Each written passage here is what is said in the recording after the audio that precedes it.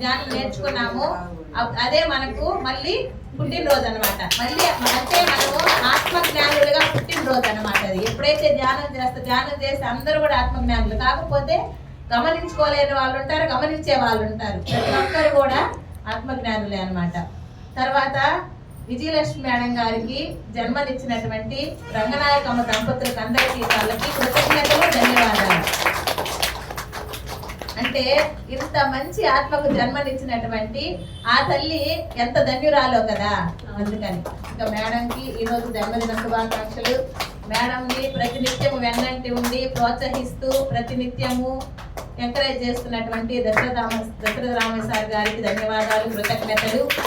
Madam ఇలాగే ఇంకా అంటే ఆత్మజ్ఞానంతో అంతా ఉన్నారు కానీ దేహదారుఢ్యంతో బలంగా తయారయ్యి అంటే దేహంతో చేయాల్సినటువంటి పనులు ఉన్నాయి.